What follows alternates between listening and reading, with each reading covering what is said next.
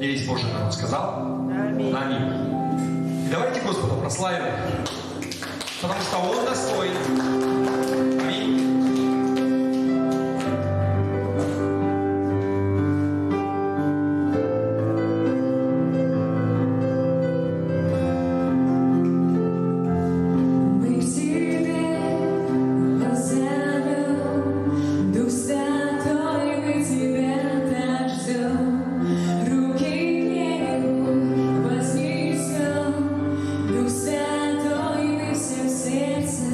Ждем.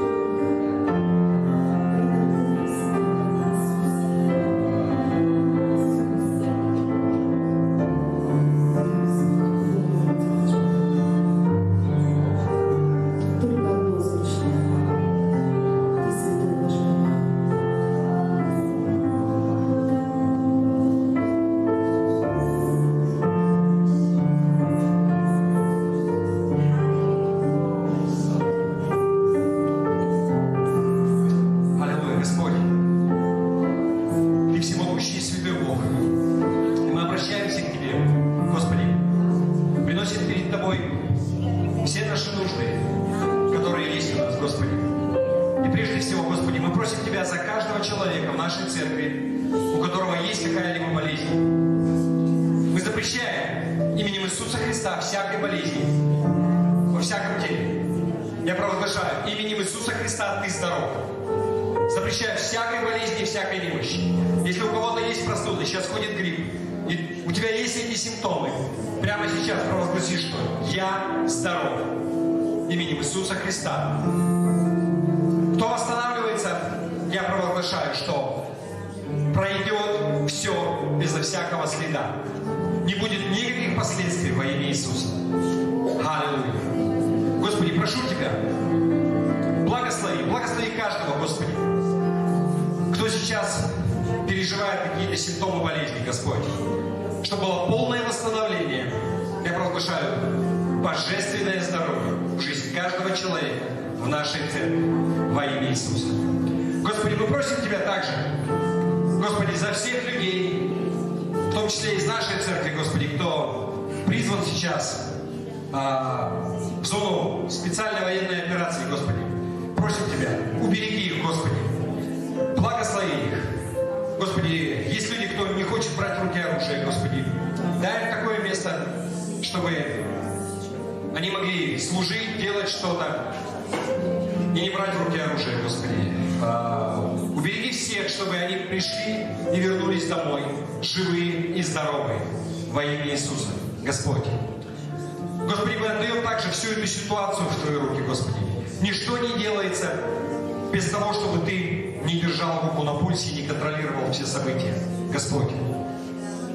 Усмотри наше желание, чтобы был мир в нашей стране, Господь. Усмотри это. Мы отдаем в Твои руки все, Господи. Просим Тебя, Господь, благослови наше светское начальство, нашего президента, нашего главу республики, нашего мэра, Господи. Убереги их от зла, Господи, убереги их от влияния дурных людей. Но пусть они слышат голос Твой, Господи, дай им мудрость Твою, сверхъестественную, как управлять государством, как управлять республикой, как управлять городом, Господи.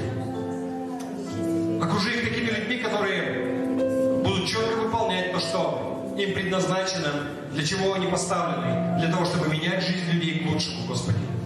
Во имя Иисуса. Пусть будет так. Аллилуйя. Господь, мы просим Тебя также за все церкви в нашем городе, в нашей республике, по всему Дальнему Востоку, прежде всего, и вообще по всей России, Господь. У Тебя одна церковь, Господи, но много поместных общин, разные предназначения, разные видения, Господи, по-разному двигаются, Господь. Но одна глава – это Ты, один глава. Господь, один Дух. Просим Тебя, говори в каждую церковь, Господь, поднимай служителей, говори пасторам. Пусть они слышат голос Твой, Господи, пусть они идут за Тобой во имя Иисуса. Пусть Твоя рука будет над каждой церковью, Господи. Веди ее. Господи, мы просим Тебя также за всякую физическую нужду, которая есть у нас, у каждого. Господи, кому-то нужны деньги, кому-то нужна новая работа, кому-то нужно решение каких-то проблем бытовых, Господи. Мы все это слагаем пред Твоими ногами. Ты знаешь, Господи, все, что нам нужно. Просим Тебя, Господь, восполни каждую нужду, каждого человека в нашей церкви во имя Иисуса, Господи.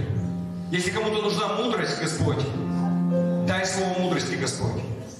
Дай какие-то курсы, дай людей мудрых рядом, которые могли бы посоветовать, Господь. Господи, если кому-то нужно освобождение от чего-то во имя Иисуса Христа, я провозглашаю освобождение.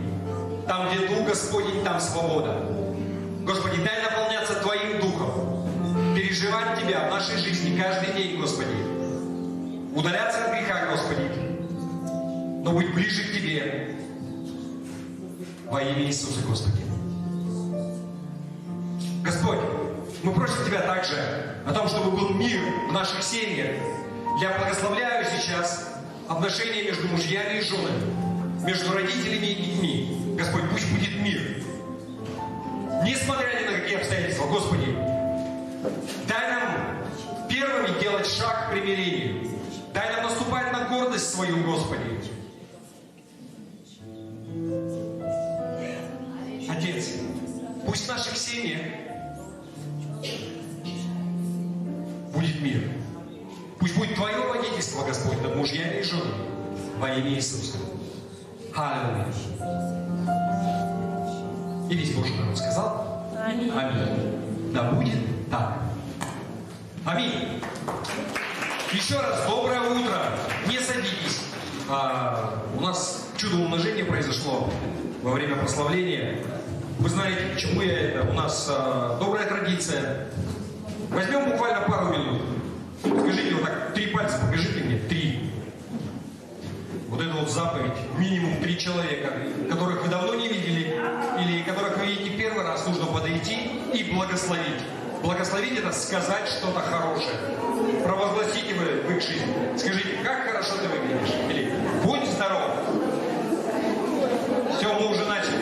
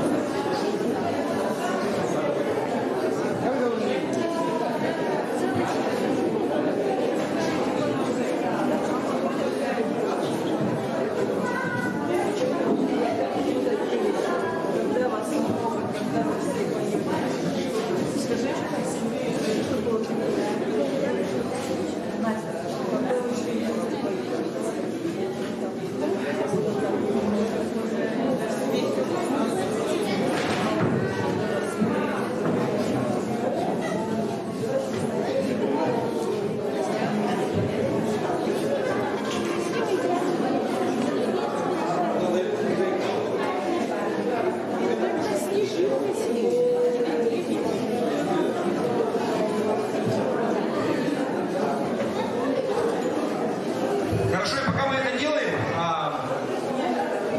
дети, можно вас позвать? Вы знаете, мы на каждом собрании также благословляем детей.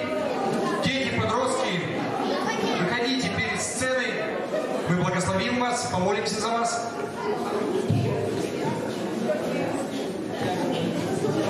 Если есть дети на первом этаже, можно их позвать.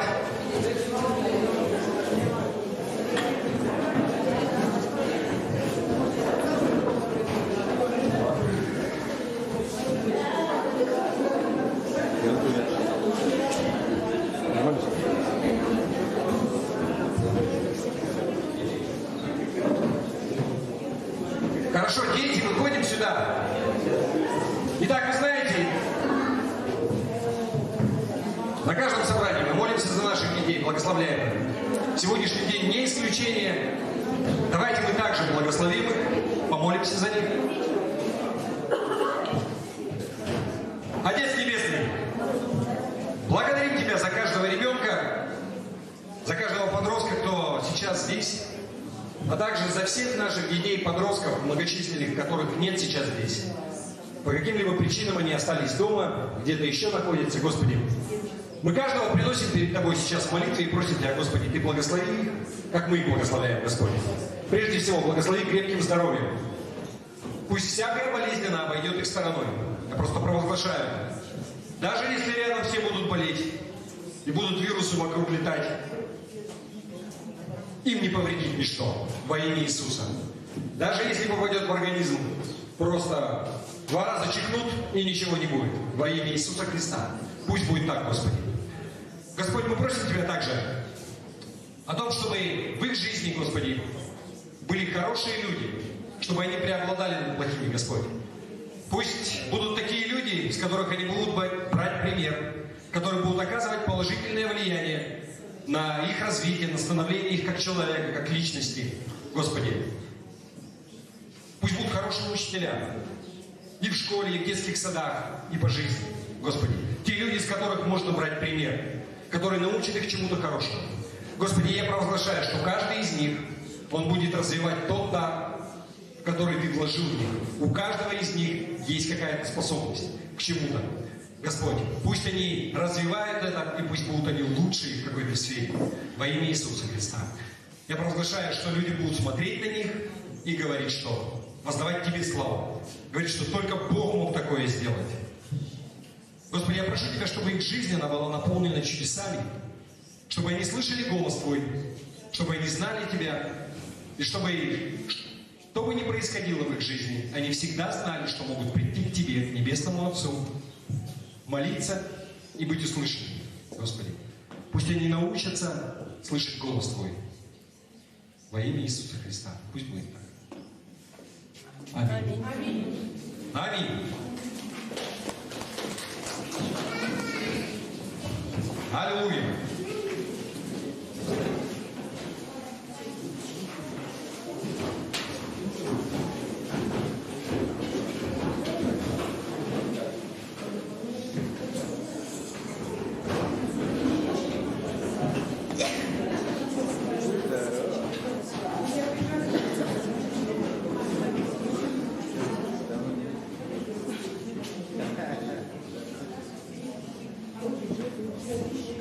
У нас так слегка свежо в здании, да, как-то была надежда, что когда будет 50, что будет все-таки потеплее. Видимо, что-то мы еще не доработали. С отоплением с нашим будем дальше делать. Но, слава Богу за то, что есть, да?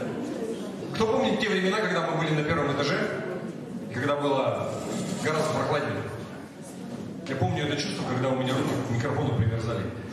Ну, в смысле, я не очень такой мерзляк, но костяшки ныли.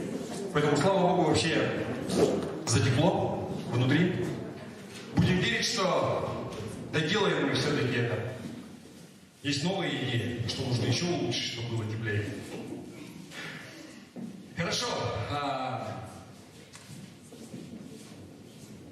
Немаловажная часть служения у нас, я посмотрел на ведра, можно попросить? Если вы первый раз в церкви, есть такая новость, да, у нас мы собираем десятины и пожертвования. То есть церковь, она живет за счет того, что мы даем. И если вы первый раз, вы не знаете, зачем и почему это, можете не переживать, потому что доброохотно дающего любит Бог. Мы делаем это осознанно. Вот. Но если вы не первый раз, у нас где-то там даже номер карты был, можно его на экран вывести? Да и есть он у нас? Можно сделать в электронном виде пожертвования, можно бумажными деньгами по старинке, можно даже железяками. Аллилуйя. И знаете, только-только вот осознал, что у нас на следующее воскресенье уже будет Рождество. Время летит быстро, да? Я смотрел прогноз погоды, все время обещают, что вот наступит тепло. Да? Вы заметили? Смотришь, вот завтра вообще должно быть 30, послезавтра 23. Смотришь в окно и думаешь, что как-то меня терзают смутные сомнения. Да? Но Бог благ. Будет холодно, будет чуть потеплее. Рождество у нас в воскресенье. Поэтому добро пожаловать, у нас будет праздничное собрание. Да? И я поймал себя на мысли, что, вы знаете, все предыдущие годы, когда я проповедовал на Рождество, и традиционно мы на Рождество о чем еще говорим? О Рождестве, об Иисусе. И мы всегда брали рождественскую историю, и вы все ее знаете, начиная с Захарии, да, когда ангел он пришел, и его жена Елисавета, и с Иоанна Крестителя, что это будет предтеча, и потом волхвы, и потом Мария с Иосифом, и вот эта вот вся история, и чудесное рождение, и все же знают эту историю, да? Что еще можно сказать нового, да? И не по этой причине я как бы решил пойти по другому пути, я верю, что Бог он как-то повел немножко к другому, и вы заметили, что мы на прошлых собраниях говорили об Иисусе, но не совсем про Рождество. И вы знаете, сегодня будет еще такой... у нас Любовь Николаевна давно же не было. И я подумал, что как-то нужно какую-то такую серьезную проповедь сделать. Сегодня шуток не будет. И будет такая ученическая, то есть как бы вот чувствуется, что Любовь Николаевна нету. Видимо, нужно такое что-то. Как-то вот так получилось. И серьезная тема на самом деле. Это, помните, мы не на прошлом собрании, но до этого у нас была такая тема, мы смотрели, что Иисус, Он лучший пророк, Он больший пророк, да, чем которые были до Него. И почему? Потому что Он сам был пророчеством, да, вся Его жизнь. И сегодня я бы хотел затронуть такую тему, что Иисус, Он не только лучший пророк, да, но Он еще и лучший священник, который вообще был когда-либо. И мы посмотрим на место Писания, к которому мы будем обращаться. Это послание Евреям, 5 глава, с 1 по 10 стих. Давайте прочитаем. И я сразу скажу, я прочитаю это место в новом русском переводе, не в синодальном, и отрывок большой, чтобы время не терять, просто сразу в новом русском переводе, потому что более понятно. Итак, Евреям 5 глава с 1 стиха.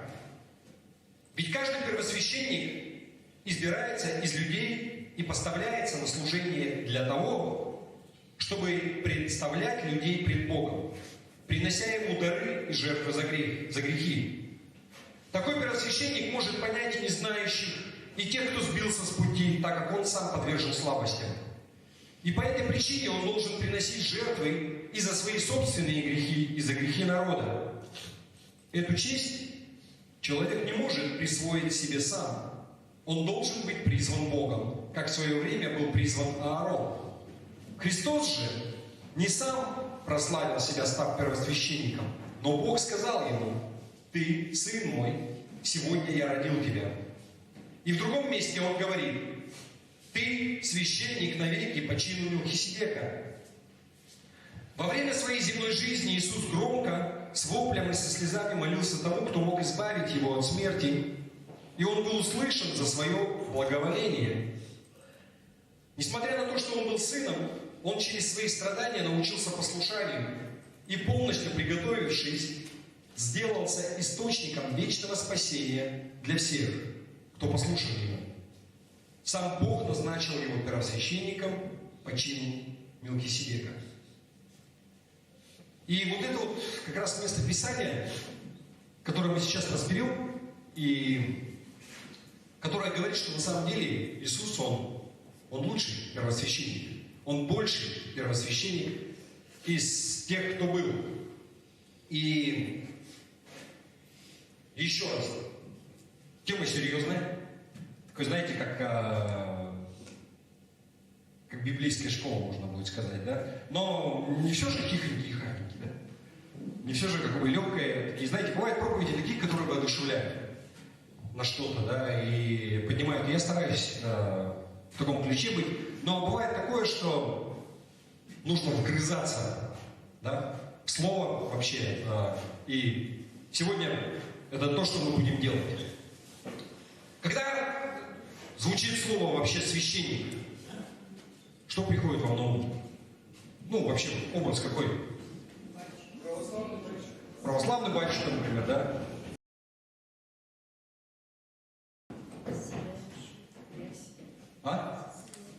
Ну, вот, то есть, католическая церковь, да, или вот православная, когда вот одежды такие вот все, вот, священники, да? Ну, картинки такие вот, которые, может быть, если видели, вот, когда изображают первосвященников ветхозаветных, да, вот, например, Аарон, там, или вот это вот, все, как они были одеты, там, одеяние, вот, цветовое, там, подпоясанные, да? Что еще? Какие-то мысли? Ну, мы говорим, да, вот, читаем, Захария был священником, который служил в храме, да? И сейчас у нас наш первосвященник, если так, да, это Иисус Христос. Смотрите, Бог, Он основал вот вообще институт священников, когда Он формировал израильский народ, да? То есть вот он сказал, что вы будете моим народом, отделенным, вы будете не такие, как все. И он взял, да, Моисею вывел, он давал заповеди и так далее, и он сказал, что вот брат твой Аарон, то есть это был брат Моисея, что вот он будет первосвященником, да? И какой смысл Бог он закладывал в это, что священник это человек, который является посредником между народом и Богом, да? Потому что Бог, он не мог приходить народ, он не мог приходить напрямую к Богу, люди не слышали, не переживали, не было Божьего присутствия, да? И когда он основал, он что сказал? Что вот, будет определенный порядок, да, вы будете помнить обо мне, что я ваш Бог, будете служить мне, и определенные вещи, да, вот там была скиния, вы помните, да, которая была построена, и был определенный порядок, да? Что нужно было делать? И священники, они приносили жертву сначала за себя, то есть они не могли прийти к Богу, потому что, напрямую, без этого, не очистившись, я думаю, что потому что Бог, он не мог, пред ним не может быть ничего грешного. Бог не терпит грех. Поэтому первосвященник сначала очищался сам, приносил жертву за себя, потом приходил и приносил жертву за весь народ. Да? Вы согласны? То есть они напоминали, они служили Богу.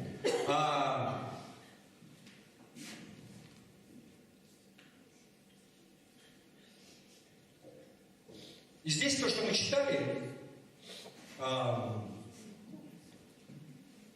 что первосвященники или священники должны быть такие люди, то есть вот из-за того, что они сами были из людей, да, самое начало, что человек, он, священник, он мог понимать других людей, потому что он и сам грешен. И он должен иметь сострадание и сочувствие к тем, кто не понимает чего-то, тот, кто согрешил в чем-то. Мы все из одного теста сделаны. Да? Натура наша человеческая.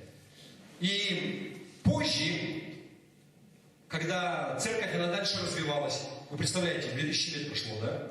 И кто знает историю церкви, вы знаете, что церковь, она была долгое время едина, да, как бы одна, потом произошел великий раскол, и церковь, она разделилась на западную и восточную.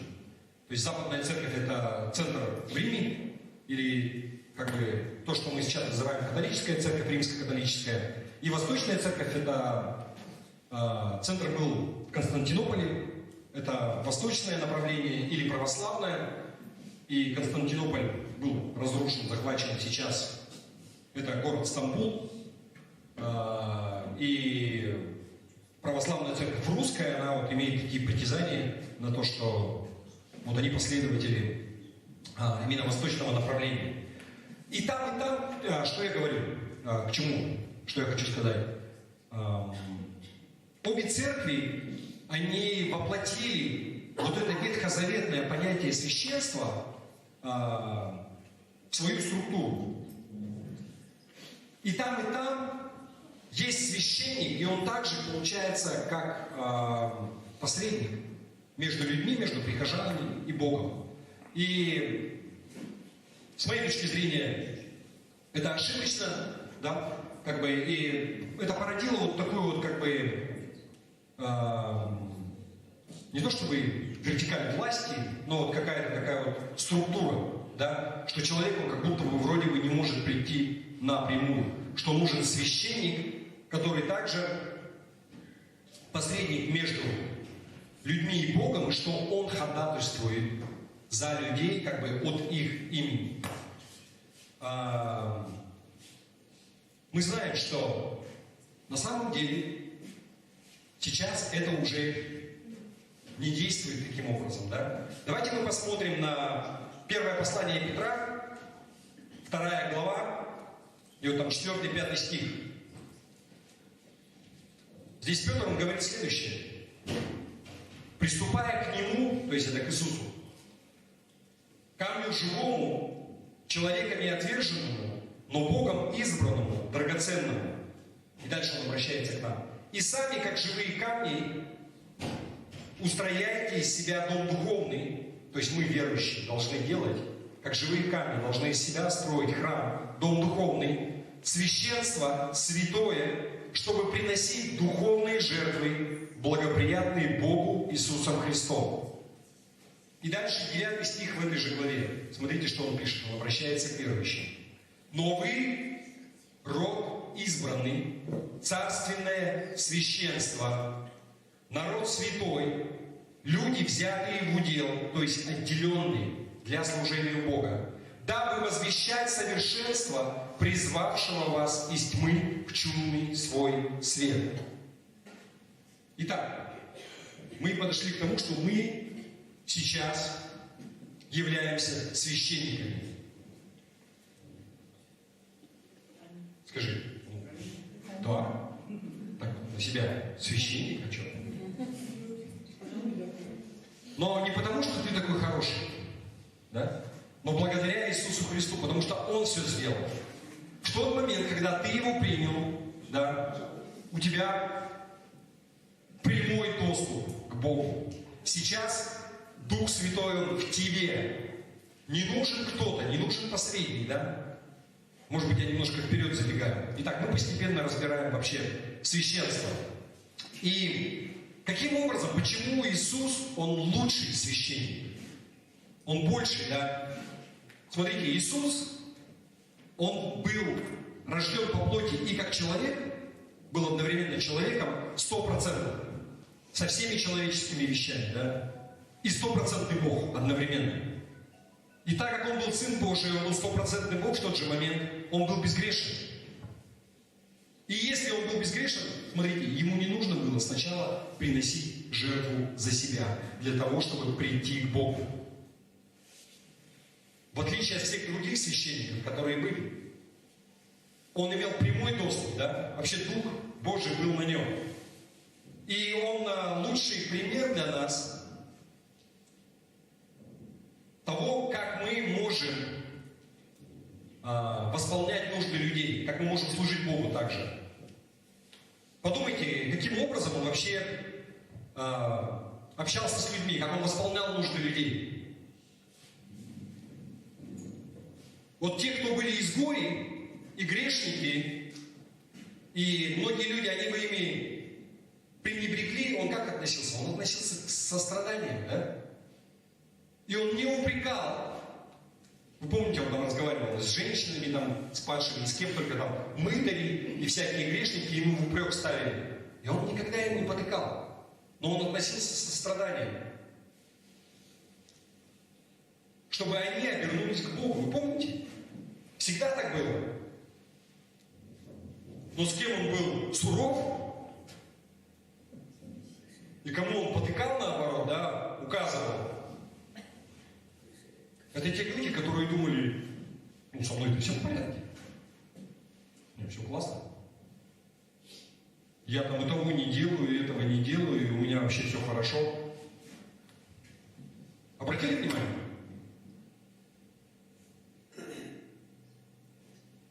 И, может быть, тоже мы вперед забегаем, смотрите, Иисус, Он предложил себя как жертву. Он был совершенной жертвой. И это также, почему Он был лучший священник и больший священник. Потому что все остальные, им что нужно было делать?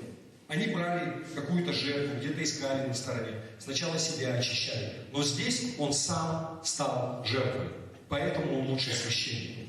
Он и был жертвой. Ему не нужно было ничего готовить. И Он был жертвой без порока, безо всякого, без греха, который Он и принес. Кто еще такой священник мог бы такого сделать? И из-за того, что Иисус, Он исполнил вот эту роль священника, лучшего священника, сейчас у нас есть возможность приходить к Богу напрямую. То есть это было единоразово. Если все остальные священники, они приносили жертву за грех, но это что? До очередного раза. Да? Вот эта жертва, она не могла покрыть вообще все, что будет. Но у Иисуса жертва, она достаточно. Аминь. Пока понятно все? Не очень сумбурно, я там нигде не это.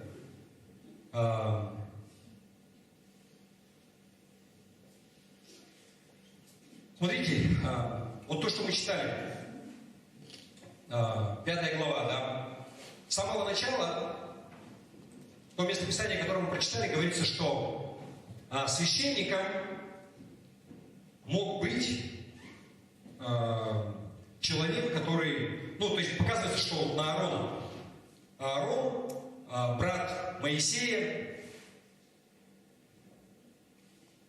и говорится, что человек, он не может сам по себе встать. Вот я захотел, и я буду.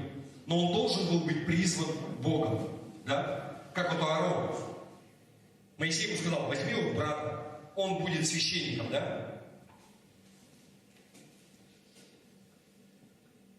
Даже не просто священником, а первосвященником. И вы знаете, что был целый список требований вообще для человека, чтобы стать священником. Не только было недостаточно, да, что вот он там призван и так далее. Вы знаете, что было 3 вида, можно так сказать, священников. То есть это первосвященник, который возглавлял вообще все. Да? И у него была какая привилегия? 1 раз в год он мог войти в святая святых. Да? И он брал там кровь жертвенного животного и помазывал ковчег, который стоял в святая святых, и никто больше не мог туда войти. Только первосвященник.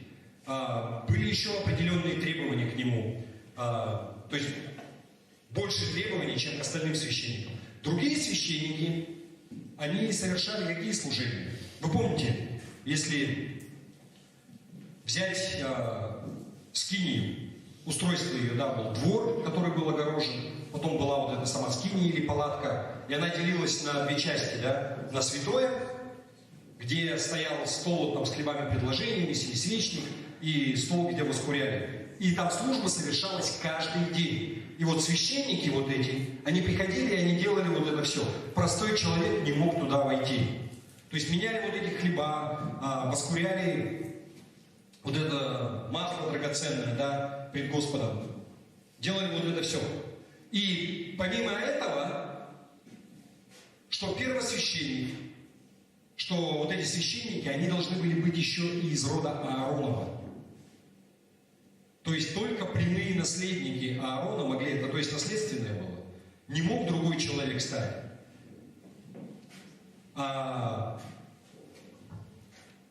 Остальные люди, которые служили вообще при скинии, это кто были? Они должны были быть из племени Левия, да, левиты. То есть они собирали вот эту палатку, скинию, расставляли ее, заготавливали дрова, вообще все, что там касалось вот таких вот дел, это все делали левиты. Позже, когда Давид он построил храм, когда появились, помните Давид, он что, музыканты, хоры, и вот эти люди, они также были из племени Левия, да, левиты. Только оттуда могли быть. И это также было прямое указание Бога. Вы помните, что когда Моисей он уходил на гору для того, чтобы получить 10 заповедей, и его так долго не было, и вы помните, что произошло. Когда он спустился, народ там уже во все тяжкие, как бы, да, ударился.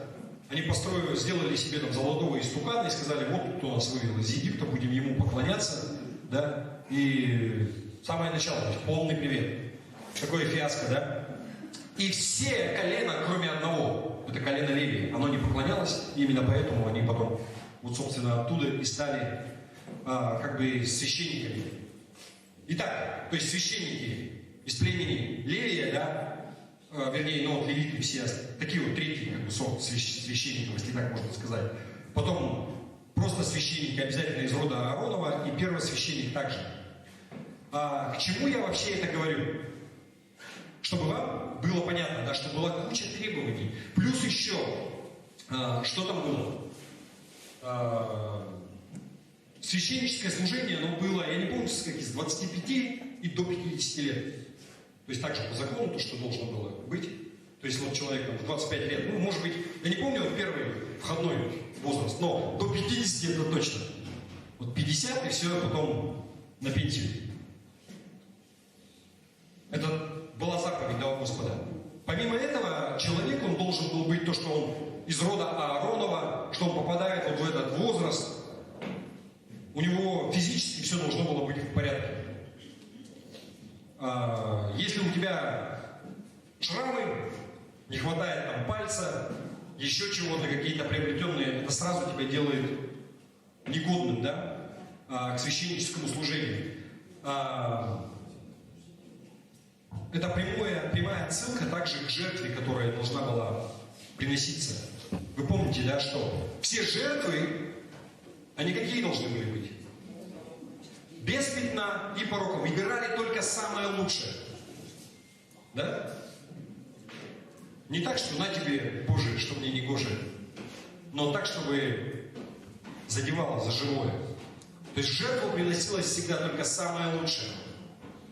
И здесь, ну, такая вот параллель со священниками.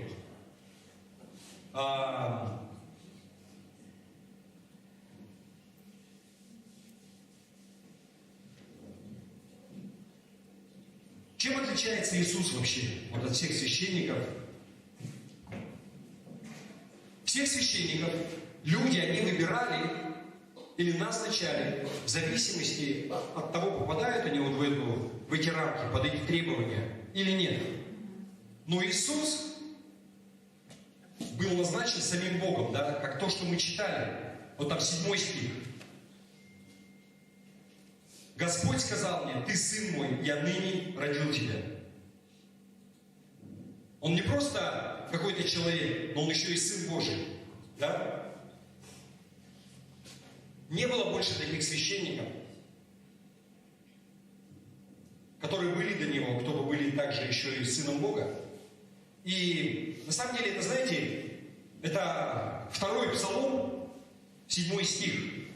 Вот как бы отсылка к этому идет, то, что было написано. «Возвещу определение, Господь сказал мне: ты сын мой, я ныне родил тебя». И также Псалом 109, 4 стих, где написано следующее: «Клялся Господь и не раскается, ты священник вовек по чину Мелхиседека». Все это нам говорит о том, что Иисус, Он не был таким, как все остальные другие еврейские священники. Он, знаете, здесь говорится по чину, то есть у него совершенно чин другой.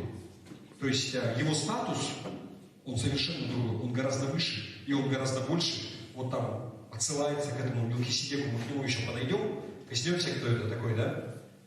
Но совершенно другое. И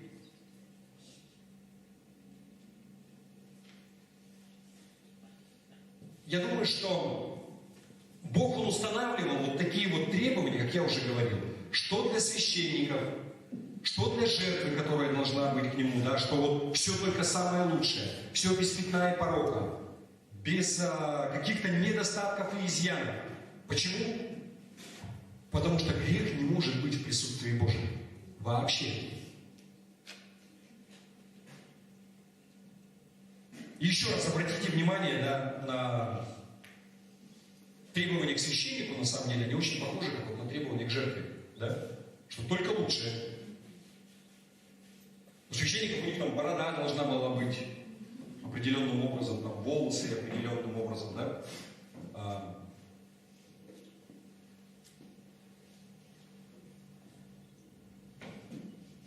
Пока нормально все, не это. Смотрите, я вот хочу, смотрите, вот, давайте мы сейчас немножко забудем это, мотаем назад вообще. Бог создал землю, Бог создал человека. Адам и Ева в Эдемском саду, прямой доступ к Богу. Ходят, общаются с Ним, наслаждаются жизнью, имеют общение с Богом. И это тот замысел, который Бог вложил в человека, да? Чтобы иметь с Ним общение. Чтобы человек, он как он говорит, плодитесь, размножайтесь, наполнял всю землю, и чтобы он имел общение с Богом, с Творцом, чтобы он понимал задачи, которые есть. И потом что происходит? Все рушится, да? Адам согрешил вместе с Евой, ослушался.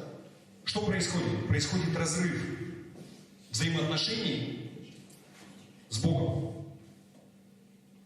Грех отделяет нас от Бога. И вот этот первородный грех в Адаме, он отделил вообще все человечество в одном человеке. С того момента вот эта связь, она была разрушена. Бог больше для человека стал недоступен. Человек не слышал его, не имел больше общения и начал жить сам по себе. Как могу, так живу, какая мораль, вот там и без Бога, то есть все можно посмотреть за окном. Да? Как бы, что происходило и происходит. Но у Бога всегда был план, как восстановить вообще отношения. Хорошо, да, вот вышла такая вот ошибка. Да, человек согрешил. Но как сделать так, чтобы опять восстановить отношения? Потому что Бог, Он создал человека для того, чтобы у него было общение с Богом, чтобы он его слышал. Да? Бог что делает? Он выбирает себе народ. То есть сначала Авраама и говорит, что я произведу из тебя народ. Да? И вообще множество будет. И выбирает еврейский народ, иудеев, и говорит, что вы будете особенный народ. И через вас все остальные, они увидят, что Бог, Он велик, что Он есть. И вы будете мне служить. И хотя все остальные не отошли, вот через вас я восстановлю. Да? И для того, чтобы люди, они могли иметь общение какое-то, да, с Богом, слышали Его волю, Он говорит, что будут священники, которые будут мне служить. Потому что обыкновенный человек, он не мог приходить, не мог быть в присутствии Божьем. Вы понимаете, да, это? И вот Он назначает священников, устанавливает все вот эти правила, каким образом это должно происходить, что ты должен делать, что ты должен носить, как входить, какие жертвы приносить, когда это делать и так далее. Но, смотрите, вот до того, как евреи не были избраны, что-то вообще происходило, это вот как раз вот мы подходим к этому Мелхиседеку, мы увидим, это всего 4 стиха в Библии, которые говорят про это, мы коснемся этого. Но в этот момент вот был священник, то есть были какие-то священники, которые, собственно, все равно за всех людей, они что-то делали, они молились, они приносили какие-то жертвы, они как-то служили Богу. Мы этого коснемся. То есть сначала был вот этот священник, потом еврейский народ, все священники ветхозаветные, потом пришел Иисус, который принес совершенную жертву за грех, который был совершенным священником, и через него теперь мы тоже стали священниками, но уже напрямую. Вернулся тот статус, который был задуман Богом изначально, чтобы у человека был прямой доступ к Нему, чтобы было общение, чтобы мы могли слышать Его голос, могли напрямую Его спрашивать и могли руководствоваться им. Вы понимаете, да, вот, как бы общую картину я вам показал. Понятно? Вы согласны со мной? Возражений нет? Никто не возражает? Это хорошо. Но вот сейчас мы рассматриваем, собственно, что сделал Иисус, чтобы понимать это, да, почему Он был лучшим священником. И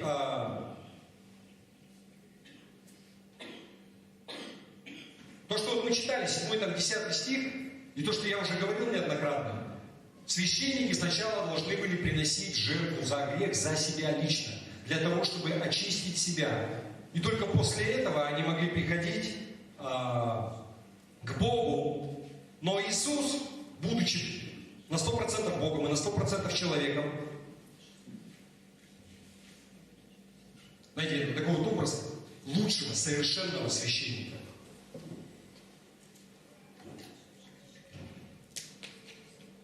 Еще раз, все священники, люди, они выбирались по определенным требованиям. Но Иисус, Он был по чину написано Мелхиседека. Кто это такой вообще? Вот все, что про него есть, укладывается в 4 стиха. Давайте мы прочитаем их. Это книга Бытие. Бытие — это первая книга. Вот представьте, только-только все еще, только Бог сотворил землю. Все вот это вот описывается, потом начинается рассказ про Авраама, и уже в 14 главе, то есть до того, как Бог, Он избрал израильский народ, до того, как вот это вот вообще все там, никаких еще священников нет нигде, то есть Он не давал еще закона Моисею, ничего этого нет еще. Моисей еще не родился даже, но уже был священник. Давайте мы прочитаем. Итак, Бытие 14 глава, 17 по 20 стих. Когда он возвращался после поражения Кедор-Лаомера и царей, бывших с ним, это говорится про Авраама. А царь Содомский вышел ему навстречу в долине Шаве, что ныне долина царская. И Мелхиседек, царь Салимский, вынес хлеб и вино. Он был священник Бога Всевышнего. И благословил его, то есть Авраама. И сказал: благословен Авраам от Бога Всевышнего, владыки неба и земли. И благословен Бог Всевышний, который предал врагов твоих в руки твои. Авраам дал ему 10-ю часть из всего. Что здесь говорится? О чем? Предыстория. Вы знаете, что было такое сражение там. 9 царей там напали, не помню как там, народы. Суть в том, что они взяли в плен племянника Авраама, Лота, который жил, ну или потом он будет, жил в Содоме.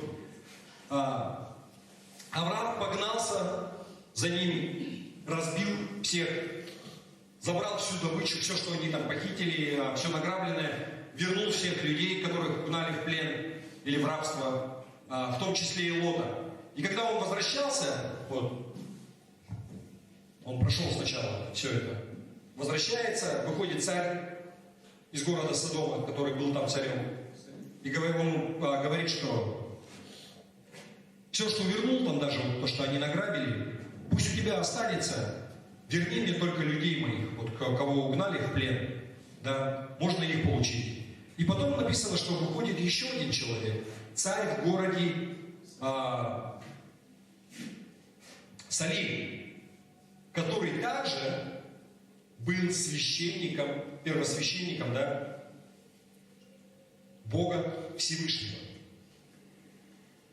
Еще до того, как Бог, Он избрал евреев, и вообще у него был человек, который служил. И вот это вот вообще интересный момент такой,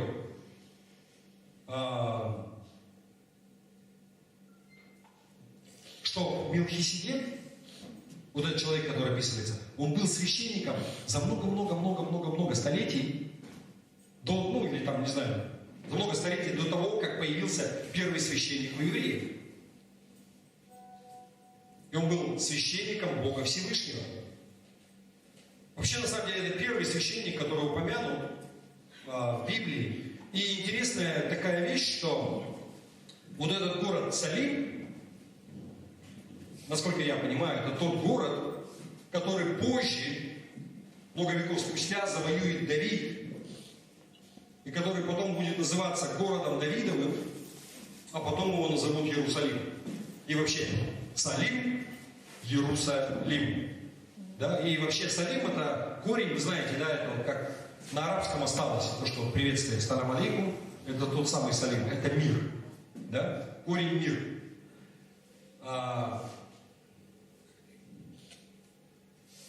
Я думаю, что, знаете, вот небольшая такая отсылка. Зачем она?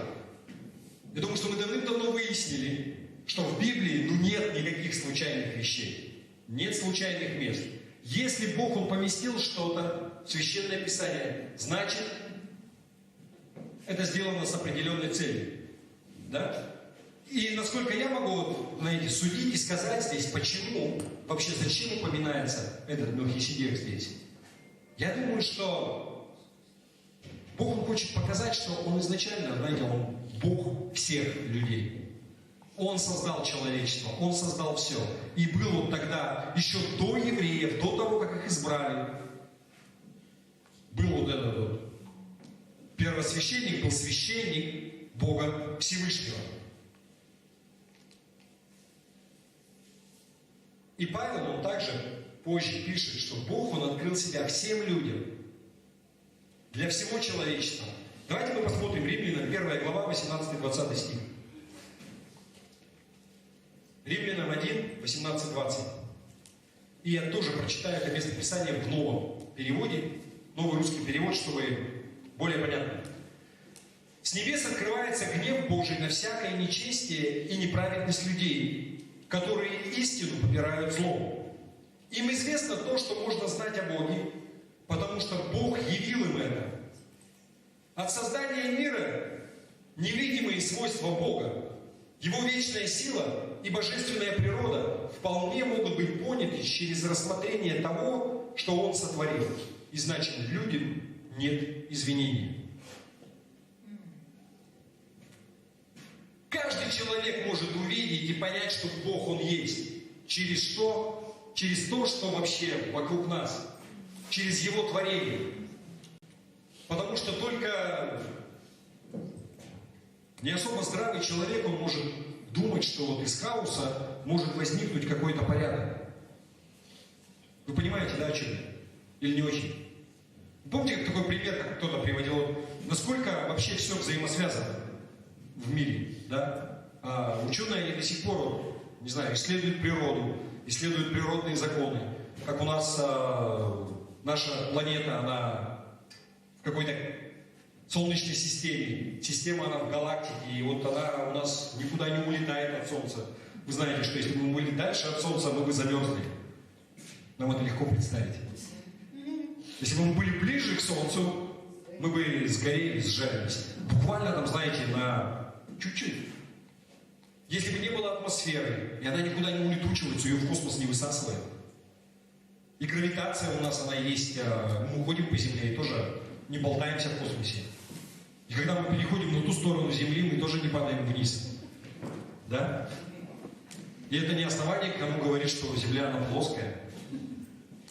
Нет, но и дождь выпадает, землю питает, растения растут. Вы представляете вообще, насколько все взаимосвязано? Насколько человек, он сложный вообще? Насколько мозг наш просто до сих пор никто не понять не может? Ну, только какие-то слабые попытки вообще понять, как устроен мозг человека, все нейронные связи.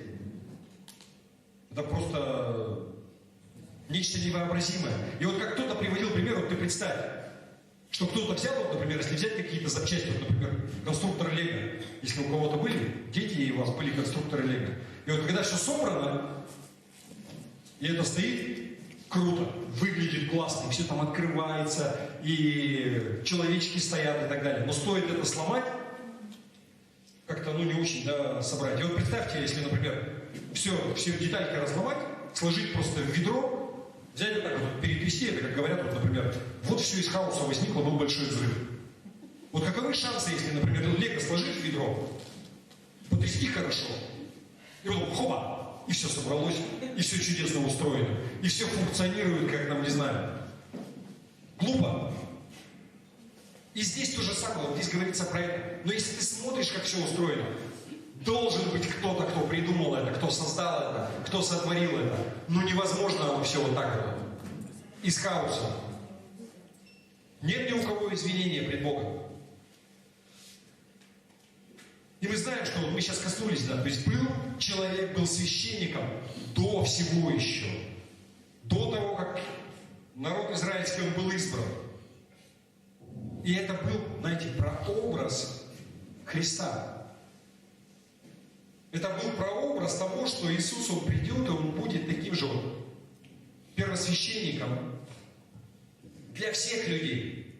Через Него весь мир получил спасение. Все люди, которые признают Его, они могут прийти к Богу напрямую. Вы понимаете? То же самое, как вот если, знаете, вот, говорят, что Ной и Великий потоп. Это вот прообраз того, как мы через водное крещение получаем также спасение, как Ной был спасен. Что вот это все смывается, омывается, и мы для новой жизни воскресаем. То же самое, как Авраам, который был готов принести своего сына в жертву, когда Бог ему сказал. Это прообраз того, что Бог, Он не пожалеет своего сына и отдаст его за все человечество в жертву. Это прообраз этого. И то же самое, как здесь Мелхиседек, который был священником Всевышнего Бога. Это прообраз того, что Иисус Христос, Он будет таким священником. И обратите внимание, и Мелхиседек, и Иисус, они не были назначены и выбраны людьми. Напрямую от Бога. Вот что означает, когда вы читаете и говорят, что священник по чину Мелхиседека. То есть у него статус, по статусу Мелхиседека, он гораздо круче, он гораздо больше. Потому что он не только для евреев и не просто выбран, но священник для всех людей. Священник Бога Всевышнего. Вы понимаете, да, что это означает? Я надеюсь, я как-то понятно говорю. Хочется вопрос задать. Я понятно говорю? У меня преподаватель был говорит. Или преподавательница. Так говорит, потом таким голосом. Я понятно объясняю. Немаловажная деталь. Обратите внимание. Когда Мелхиседек, он вышел к Аврааму, он его благословил и сказал, что Господь благословил тебя, и вот ты, все, что ты сделал, это потому что Бог он тебя благословил. Ты догнал, ты все там вернул. Что он вынес ему?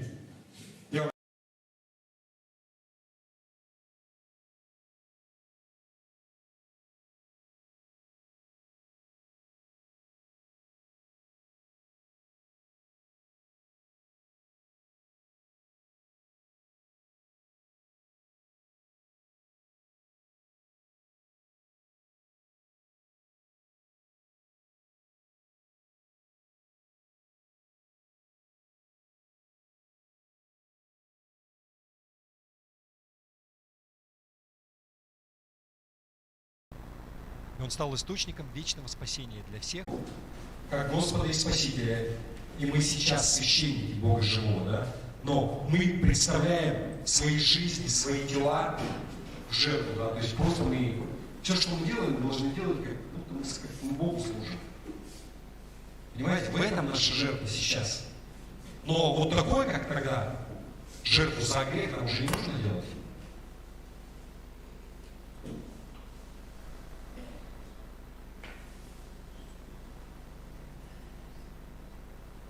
И в Иоанна 19 глава, там 30 стих, не будем читать, описывается вот этот момент. Вы помните, как Иисус сказал? Он сказал, что совершилось, он попросил, чтобы ему там дали попить, да, намочили губку, в это слабое вино, ему там на губы. Он сказал, совершилось, он спустил последний вздох, он умер. Но мы знаем, что история, она на этом не заканчивается. Его сняли с креста, его похоронили в гробнице. 3 дня он там пролежал. И на 3-й день он воскрес. Смерть она была побеждена. Грех он был поражен для всего человечества. Для тебя и для меня. И вот в этом он совершенный священник, совершенная жертва. Поэтому он лучший священник. Поэтому он больше. Потому что для всего человечества с этого момента, все, кто приходит к нему, не нужно больше никаких жертв. Ни за грех, ни за что, ни там никакой примирительной жертвы. Потому что его жертва, она совершенная, уже все сделано. Связь вот эта, о которой мы говорили, которая была разрушена между Богом и людьми, она восстановлена. Вот этой совершенной жертвой. Вот в этом совершенный план. Чтобы больше никакой человек ничего не испортил. Бог он сказал, все возьму в свои руки, вот сделаем так. Сын мой, он умрет, и этого достаточно для всех.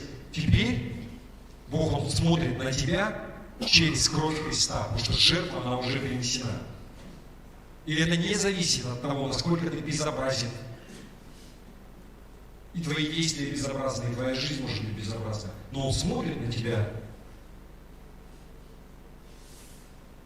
и видит чистого человека, святого священника. Почему?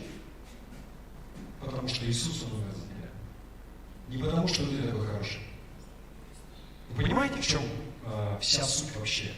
Насколько это великий план?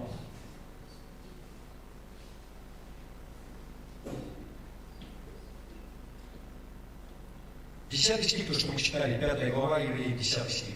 Сам Бог назвал его первосвященником по чину Мелхиседека. Он священник Бога Всевышнего для всех людей.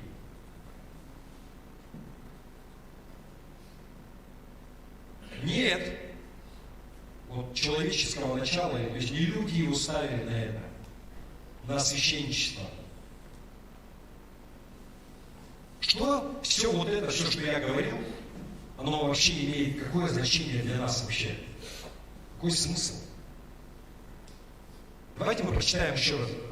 Евреям 10 глава, 19-25 стих. И я тоже прочитаю это в новом русском переводе, потому что гораздо понятнее. Ну и слова, они прямо проникают в сознание. Хочу спросить, я вас не утомил? Не скучно? Понятно? Никто не запутался? Все мозги разбил на части, все извилины забыл. Итак, Евреям 10 глава с 19 стиха.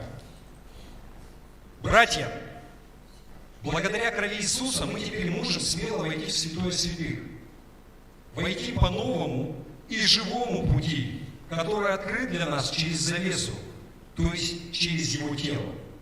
У нас есть великий священник, который стоит во главе всего Дома Божьего. Так давайте приблизимся к Богу с искренними сердцами, в полноте веры, краплением очистив сердца от порочной совести и омыв тела чистой водой. Будем непоколебимо держаться исповедания веры, которая дает надежду, потому что тот, кто обещал нам, верит. Будем с вниманием относиться друг к другу, побуждая друг друга к любви и добрым делам. Не будем оставлять наших собраний, как это вошло у некоторых в привычку. Будем ободрять друг друга, особенно видя, что День Господа уже приближается. Даже не знаю, когда в современном переводе прочитаешь, уже вроде бы объяснять ничего не надо. Все понятно, да? В самом начале здесь о чем говорится, что Бог, Он открыл нам завесу. О чем здесь говорится? Иисус, Он открыл нам завесу.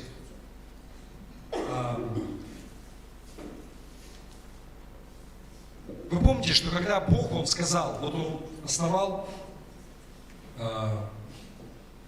сказал, что вы мой народ, еврейскому народу. И Он сказал, постройте мне вот эту скинию, да, палатку, где будет ковчег, то есть вот как мое присутствие. И Он сказал, каким образом построить. И заборчик, жертвенник, умывальник во внешнем дворе в этом. Потом самой внутри скини, как мы уже говорили, да, святое и святая святых.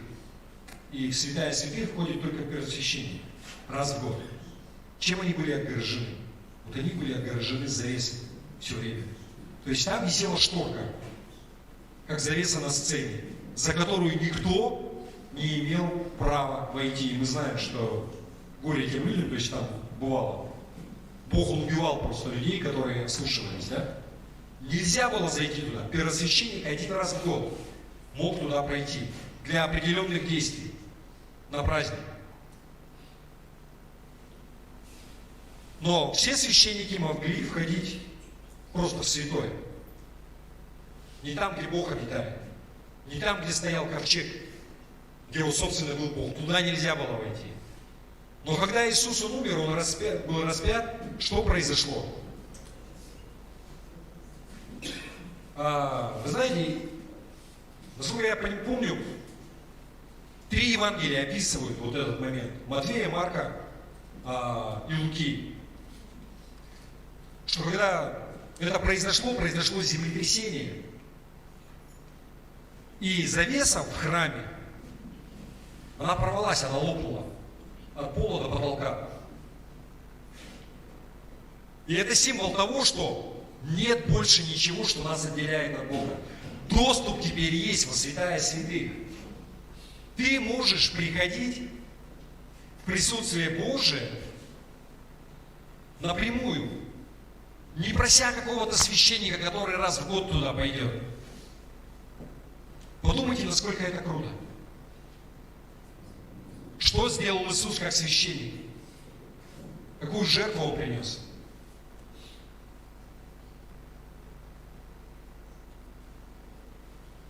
Всякая преграда, она была удалена.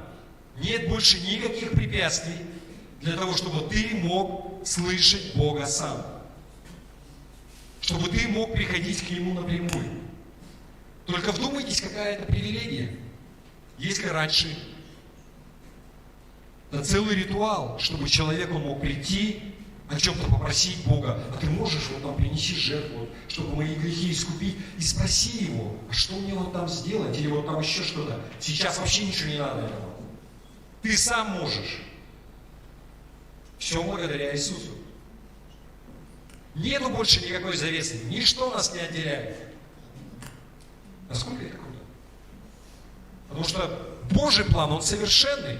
Только вдумайтесь, насколько он все замыслил. Изначально его план, он был совершенным. Когда он создал человека, он сказал, это хорошо, весьма хорошо, круто. Давай жить и радоваться, но человек все испортил. Но Бог потом опять сделал так, что вот, знаете, как вот бывают такие вот девайсы вот какие-то делают, знаете, вот, называют как защита от дурака. Знаете, вот бывают такие вот разъемы кабелей, и там вот он так вырезано определенным образом, что ты его никак по-другому не воткнешь. Вот защита от дурака. Вот, то есть, ну, только определенным образом. И здесь уже Бог просто придумывает такой план. Я отправлю своего сына, понимаешь, уже человек, он вообще ничего не сможет испортить. Единственное, что тебе нужно, это принять его. Здесь он никому руки не выкручивает и не заставляет. Потому что иначе мы бы не были людьми его творением, его созданием, созданы по образу и подобию. Он не лишает нас воли. Но это все, что нужно.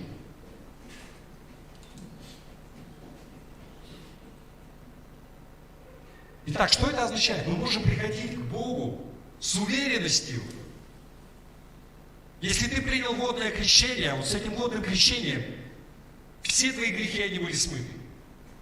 Все прощено, ничего тебе не вспомнится уже. Бог уже не помнит ничего. Может, и тебе тоже уже не стоит себя терзать. Более того, даже не только то, что ты сделал, а вот слушай, я вот там водное крещение принял, вот там нагрешил, и вот то-то оно умылось, но я же после этого там еще кучу всего наделал. Может, не еще раз? Да? И те, и будущие. Смыто все. Это не означает, что теперь мы на расслабоне, тоже во все тяжкие. Нет. Но Бог, Он не вспомнит тебе, Он не видит этого.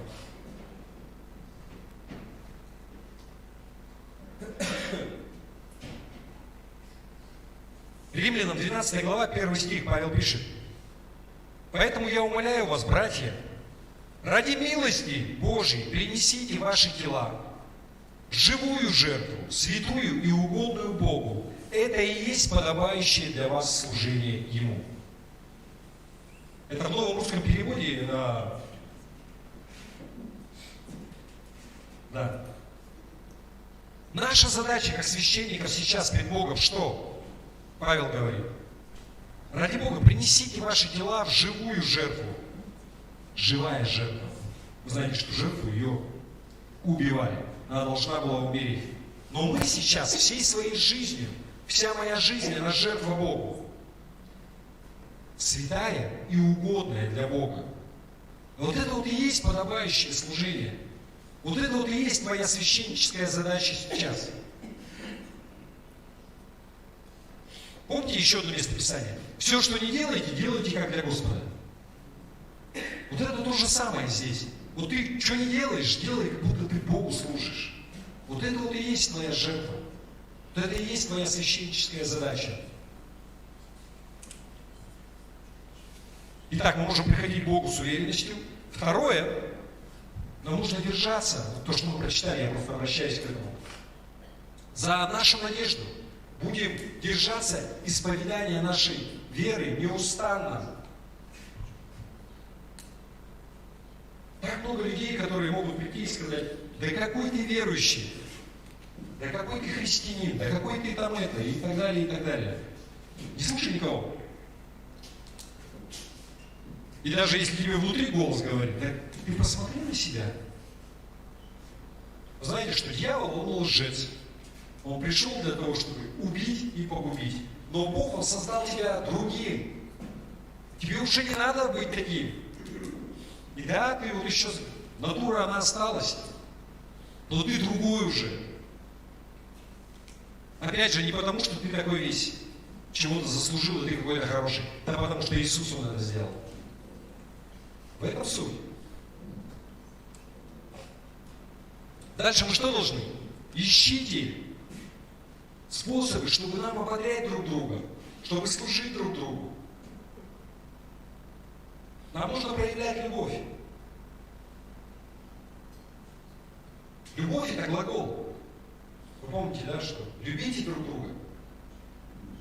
Потому знают, что вы мои ученики, что будете иметь любовь между собой. И любовь – это глагол, это то, что что-то, знаете, если я сижу и живи сам и дай жить другим. Да? Никого не трогаю, моя хата с краю. Это не то это. Вы помните, как мы говорили, чем христианство, я часто это говорю, отличается от всех других религий? Это то, что везде вот этот вот принцип, да, не делай другому ничего того, чего ты не хочешь, чтобы тебе не делали. Это вот везде оно сквозит, в каждой религии. Но в христианстве это больше. Не просто не делай, но делай. Поступай с другими так, как хочешь, чтобы они поступали с тобой. Заметьте разницу. Если там везде говорят, что не делай ничего другим, не причини никому вреда, если не хочешь, чтобы тебе не причинили. Не делай вот этого, чтобы тебе там такого не сделали. Но в христианстве говорят, что иди и делай для других так, как хочешь, чтобы тебе делали. Любовь – это глагол. Любите друг друга. Вот в этом смысле. Матфея 5 глава, 16 стих. Так да светит свет ваш пред людьми, чтобы они видели ваши добрые дела и прославляли Отца вашего Небесного. Как говорят, что вы свет миру. Это что означает? Ну, пусть свет ваш так светит, чтобы они видели дела ваши добрые. Не так, что ты как прожектор. Вот отсюда вот я стою, если сюда вот подойти, и вот так, не очень, но зайчики начинают блестеть и так далее. Знаете, если туда смотреть, то я потолка не вижу. Свет, как бы, сейчас вот даже уже, после того, как посмотрел на такой яркий свет, вас я уже как-то не очень хорошо вижу. Так вот, твой свет, он не такой должен быть. Что ты всех ослепил своей неземной красотой. Я весь такой в белом стою, и плащ у меня развивается. А ты никто. Что люди потом больше ничего и не видят из-за твоего ослепительного света. Но твой свет должен вперед светить, показывать что-то. Твои добрые дела. Аминь. И дальше, знаете, последний, 25 стих там, 10 глава, Евреи. Не будем оставлять собраний, как это вошло у некоторых в привычку. Будем ободрять друг друга, особенно видя, что день Господа уже приближается.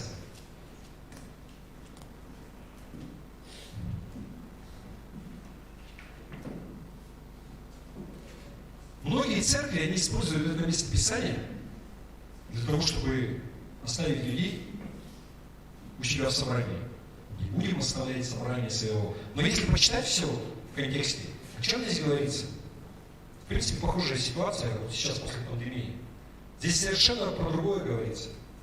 Что веру свою оставлять не будем. Не будем оставлять вообще собрание святых, где бы оно ни было. Потому что человеку нехорошо быть одному.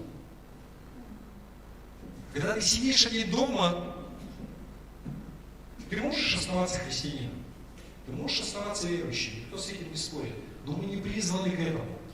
Человек – существо социальное. Мы созданы для общения друг с другом.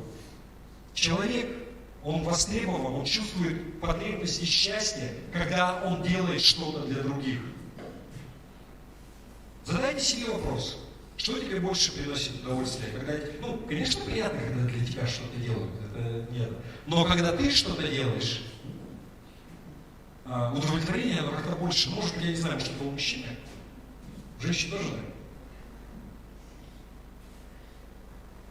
Не будем оставлять собрания наши, как это вошло в некоторых привычках. Будем ободрять друг друга. Это тот же стих. Особенно видишь, что день Господа уже приближается. Будем ободрять друг друга в вере, будем поддерживать друг друга, будем общаться вместе. Не надо оставлять собрание своего.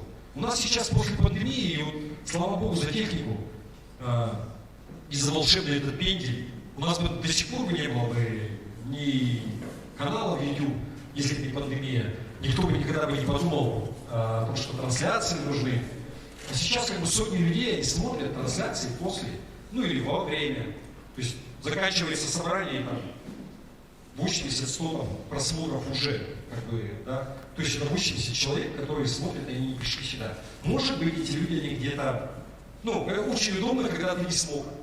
Опять же, знаете, я никого не упрекаю, да, и не показываю. Постоянно есть какие-то дела, еще что-то. Но если это входит в привычку, а что ходить куда-то? Полтинник на улице. Ютубчик включу, и все посмотрю. Да? Но если ты отдаешь себя в жертву живую, угодную Богу, да не только вокруг тебя.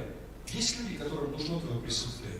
И ты даже и не знаешь, может быть, а кто я такой, что я там? Пришел, встретил человека, что-то ему сказал, и Бог через тебя, вот через этого привет или пока, человек получил что-то. Таких примеров куча.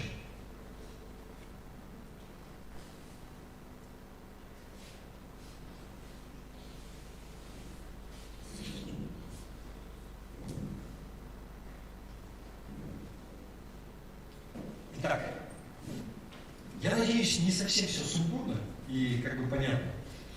Может быть, не так весело, как обычно. Но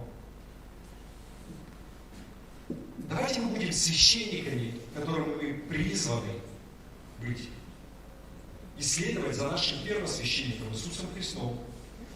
Потому что Он лучший священник. Да? И принесем жизни свои. Внимание, в живую жертву. Умирать не надо. Бывают люди с таким отношением, да я там все, я умру. Не надо, Иисус уже умер. Ты уже ничего лучше сделать не можешь. Живи просто. Живи как для Бога. Аминь. Давайте мы помолимся. Прославим еще Господа и пойдем горячего чая, что согрейтесь.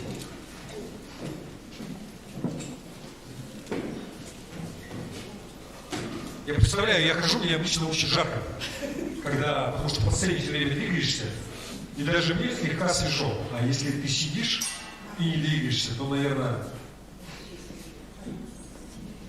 Хорошо. Отец Небесный, Господи, мы помним, что для нас сделал Иисус. Мы понимаем Твой великий и чудесный план, чтобы примирить человека с Тобой. Господи, мы приняли Иисуса Христа, как Твоего Господа и Спасителя. И мы просим Тебя, Господи, дай нам не забывать это никогда. Во имя Иисуса. Аминь. Я хочу спросить еще, если у нас есть люди в зале, Вы никогда не молились молитвой покаяния, вы не принимали Иисуса Христа как своего Господа и Спасителя, но вы хотели бы это сделать. Если кто-то есть, поднимите руку, я помолюсь с вами, я могу помолиться. Если вы хотите принять Иисуса Христа как своего Господа и Спасителя. Кто-нибудь? Хорошо. Давайте мы прославим Господа.